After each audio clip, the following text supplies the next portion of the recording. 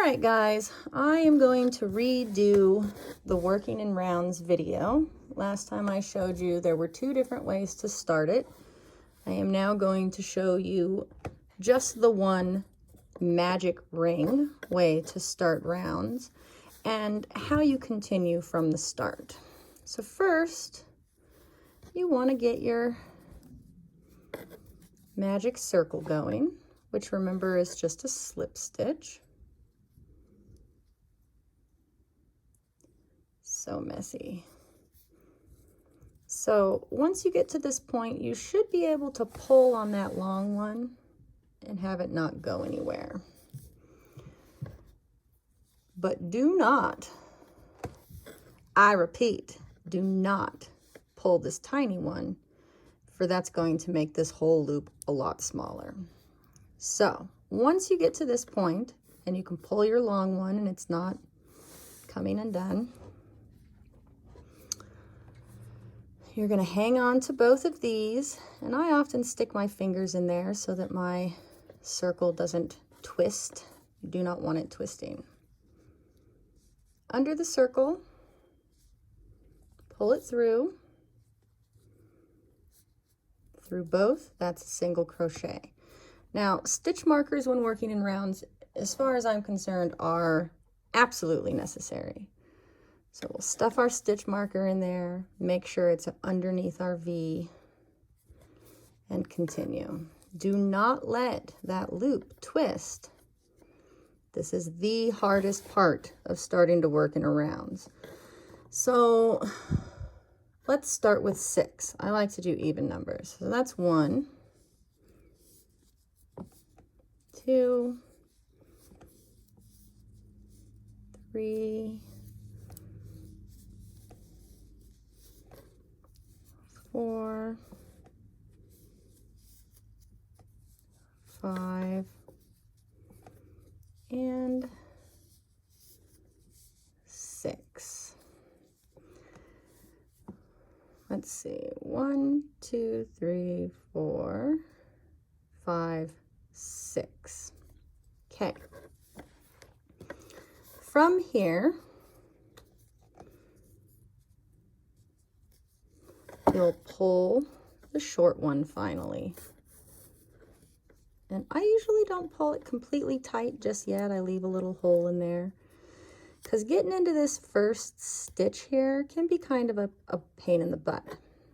So if you want to work in continuous rounds from here, all you're going to do is pull out your stitch marker, get your hook underneath those underneath that V in the first stitch, which can be kind of hard. It's going to feel a little tight.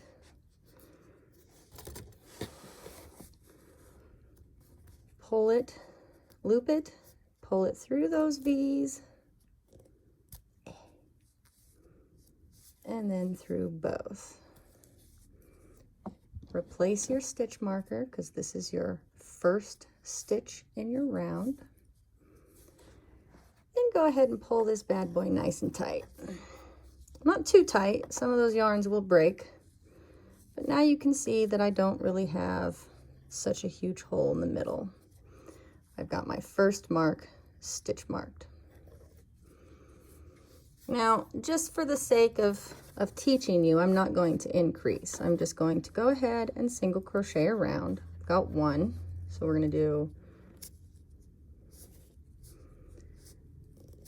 2, all the way around until I get to 6.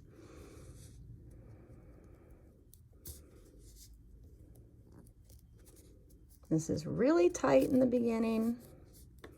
It's going to feel tighter than it needs to be, but those first rows, it's just not a bad idea to be tight when working in rounds.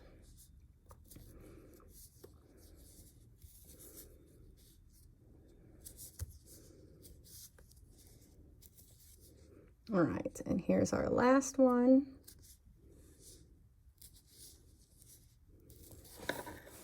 All right, so you can always pull this little short one tight as you go too. So that's the beginning of working in a round. You've got 1, 2, 3, 4, 5, and 6. And like I said before, if you're working in a continuous round, from here you will remove this stitch marker, single crochet into that stitch, and then replace your marker. This way you do not lose your spot as the beginning while you're working your rounds. Now some patterns will have you do a slip stitch at the end of each round before continuing. This is not a continuous round since we are basically fastening it at the end. And what that looks like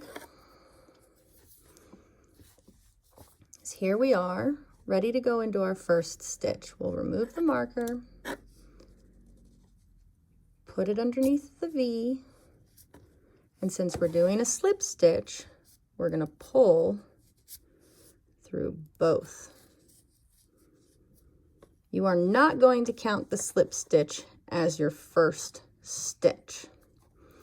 From here, you'll go back into the same stitch that you just went under and do your single crochet. And then marker. Slip stitches do not count as stitches unless the pattern states.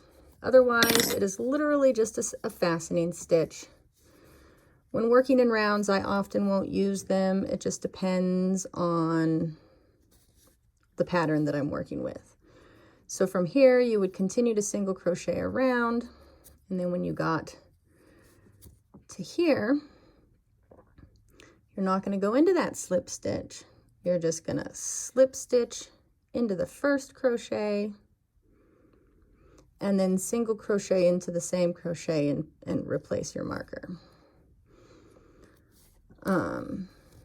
Yeah, so really quick, show you what a slip stitch looks like one more time.